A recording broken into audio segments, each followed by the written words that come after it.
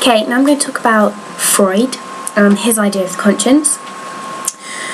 Freud was born in 1856 and died in 1939, and he has a pretty negative view of the conscience. He doesn't really rate it much, but we'll get into that. Now, I have a lot of notes on Freud, so I'd first like to apologise if I am at any point incredibly incoherent.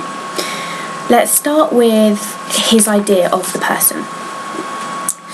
Freud suggests we're made up of three parts in our conscious and subconscious level: the ego, the superego, and the id. The id is the very primordial part of us. It's the unconscious self, the drive, and it's amoral. It's just concerned with getting its basic needs. It's preoccupied with the idea of sex, food, and survival. So, pretty standard. Then we've got the superego, and this is a set of moral codes which we've internalised and that have been determined by outside influences. So prolonged exposure to any kind of authority during your childhood would create the superego. So your parents, church leaders, teachers, all of this kind of thing, they all go into the superego and create this little nagging voice, basically, a nagging voice of what we should do. And this is actually what Freud categorised as the conscience. Then there's also the ego, which is the part of ourselves which we project onto society, the face that we provide society with. And it's shaped by the external influences like benevolence and certain education, like facts and influences. So because of this, Freud sees conscience as a mental construct, nothing more. It is simply a response to the influences we've been exposed to. And actually, we shouldn't listen to it because it's ridiculous. Even if we work out what to do and we have a feeling of what's right, we should always follow that, having reached that conclusion rationally and logically, over the fact that, we just think it is right because of our conscience. Even if they're the same thing, Freud's saying we should always try and work something out rationally because actually we need to. Now, the superego. Let's talk about the superego. The superego is guilt. It's as simple as that. It's guilt that we've developed through the conflict of our desires of the id and our realisation of what reality actually will allow us to achieve. So let's say, for example, because Freud loved talking about sex, might as well bring it up. You see an incredibly attractive looking person and the id is just saying, you have to get over there, you have to jump on that. The fact that in reality, if we did that, we would either be arrested or locked in some institution. We develop a sense of guilt, like, oh my god, how could you think that? I'm sure you notice it, like sometimes if you objectify someone, I don't know, I can say, like, if you're with some girls and you're like, oh, look at that guy, there'll be one guy who goes, oh, you can't talk about him like that, you don't know him, just made him into like a sexual object. And that is the voice of guilt. That is what the superego is saying, is that you should feel bad for desiring that individual or desiring that food or desiring anything the id is just asking you to go out and grab. So because our personality is distinctly split into three areas, the id, the ego and the superego, it's important to know what order they came in. Firstly, obviously, you have the id, which is the seat of our desires. It's amoral and egocentric, basically. And I always imagine it like a little red imp. I don't know why. I think I saw a really dodgy video of it once, and yeah, it was a little red imp. So that's what I always imagine. The ego then develops next, even though I initially thought it would have been the superego, but the ego is actually next. Because what happens is you've got the id wanting loads of stuff, like, I want loads of food. I want to eat all the food in the house. But actually the ego says, no. There is a reality. And the reality is that you cannot eat all the food in the house because you would be sick, you would be incredibly badly told off, and you'd probably have to pay for all the food to be replaced, which I don't really fancy doing. And this develops because of what Freud termed the reality principle. The id's desires are unrealistic. We don't know how to act in a socially appropriate way if we just listen to the id. I mean, you see it when there are young children and they're having tantrums in the shop and they're screaming and they're saying they want this and that and whatever. That is full id control. And it's not very attractive, and it's especially unattractive in what you call adults or older people. And so what the ego does is it says, okay, you want to eat all the food in the house. Right, that's fine. You can't. So instead, why don't you just eat a little bit of the food in the house? And so what it does is it allows the id to be satisfied in socially appropriate ways. So maybe rather than just jumping on the really attractive individual that you see, you'll go up and talk to them and say hi. You know, that's a lovely way, nice and socially appropriate, no chance of being arrested, it will be fine. So this is, the ego is the result of the reality principle. Then you get to the superego. Now the superego comes after the ego because it is a slow internalisation of our moral codes, which are given to us by the outside influences of our parents. So when we're punished for doing bad things as children, so when we do have the tantrum in the shop as a child and our parents get really angry with us and they say that we're embarrassing them and this is pathetic and you mustn't do that, all that stuff, what happens is we then begin to realise actually we cannot act solely on the id's desires. This is not good, and we become guilt-ridden for even desiring things that the id is telling us we want.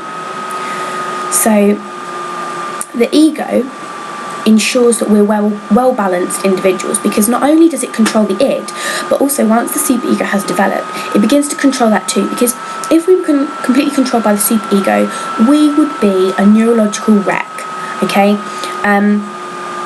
Because we would be unbalanced and guilt-ridden. So what the ego does is that it says, okay, look, superego, you might think that I shouldn't find that person attractive, but I do, and so I'm not going to go over there and attack them, you know, in any way, shape or form, but I'm also not going to kind of run away and steer clear of that situation.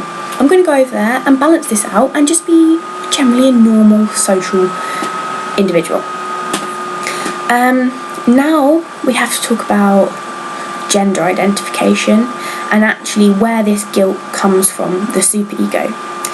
And in boys, it's the Oedipus complex. So this is derived from Oedipus Rex, which is it the Greek story? Greek or Roman? I think it's Greek. And this is where the son sees the father as a sexual rival for their mother. So what age does this occur? Stage 3, the phallic stage. So that's between the ages of 3 and 5. So, okay, so a 3 to 5 year old boy wants to have sex with his mother. Good. And so what the boy does is, because the father is a sexual rival and the father is much bigger than the small boy, the son engages with the father by doing activities that is going to please the father, because that way the child is ensuring their self-protection. The father isn't going to beat up the child, because that's what the son thinks. The father isn't going to beat up the child if they're like best buddies. So the son, you know, does all the boy little things that boys do with their dads. I don't know, don't have any brothers, so I don't know what boys do with their dads, but that's what they do. But what happens is the son actually begins to like the father, and they think, oh, do you know, this guy's alright. He's not going to kill me. And then, because the son wanted the father dead and saw him as a sexual rival for the mother, he feels very guilty for the fact that he wanted him to die. And that is therefore the guilt which arises from this gender identification. So that's gender identification. Now, the Oedipus complex is fully resolved when we have no psychological problems. So we feel guilty that we wanted our father dead, but it's okay because now we're going to be mates. Now, if you have an inability to deal with guilt, then you might incur several psychological issues later in life. For example, depression, or problems with maybe stability and entering long-term relationships, because you're feeling very guilty as an individual.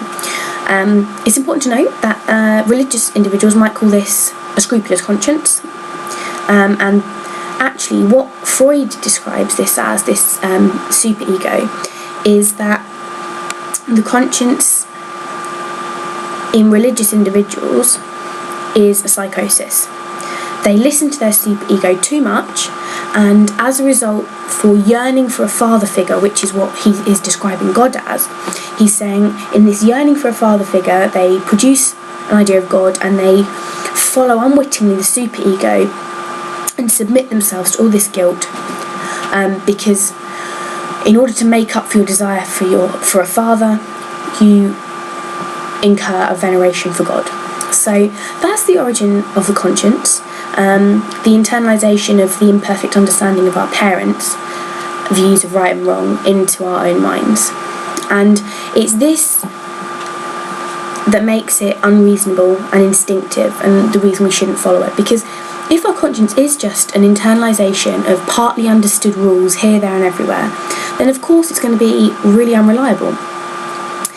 Now, Freud has had a lot of success, like with little hands. Little hands seem to be suffering from a fear of horses, and actually it was an unresolved Oedipus complex, and Freud did cure him. He was scared of horses because they reminded him of his father, and so Freud slowly worked backwards with hands to, come to terms with this. He's no longer scared of his father, so he's no longer scared of the horses. So clearly Freud did have something when he was devising this theory. However, there's always a however. Freud's psychoanalytic methods, although they've shown successful, he did have a gender bias.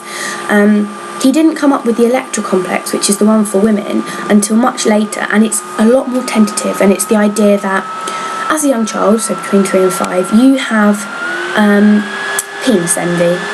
And actually, because I say, well, I don't have penis envy, I'm suffering from delusions and denial of penis envy. So yeah, he tries to tentatively link women into this theory, and it doesn't really work.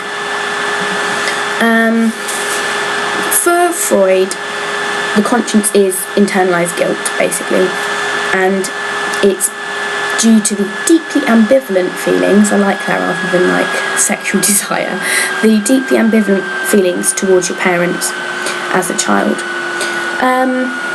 What if Freud got it wrong? I always like this bit. Freud describes the superego as the conscience, but actually when you consider all the three elements in their totality, the conscience is probably more likely to fit with the ego, because if you think about it, the conscience does balance what we want with what we can have, and that's what the ego does. And maybe Freud's correct in saying that the superego is an over-scrupulous conscience, and that it's one which it would be unreasonable to follow, but actually the ego is possibly the conscience, and also the superego is our unconscious desires, but the conscience is probably conscious, if that makes sense, because we have the ability to reason through our actions in a very conscious way. We might think that our conscious is subconscious, but we can draw it into the consciousness and actually reason stuff out. I think that's all I have to say on Freud, and my apologies if it's been incredibly confusing. So hopefully it hasn't, but yeah.